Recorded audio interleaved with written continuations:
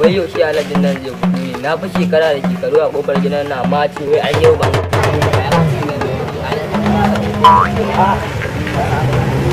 sai ka ga alhaji ko ba yau sai ka ga alhaji ko ba yau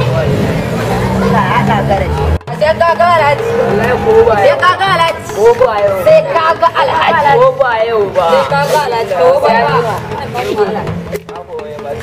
ganin mutum ya koma ya kace ganin kuɗi la ilaha illa kalar rayuwa ce ganin mutum ya koma ya kace ganin kuɗi kai Allah ya rawa mu da kalar rayuwar nan amma ina nan ne kai sai ka ga alhaji wallahi ko ba sai ka ga alhaji ko ba yau kai wallahi na biya ma biza Allah ya sa mu gani ba komai la ilaha illallah in dai Allah ya dan da alhajin nan ko ba yau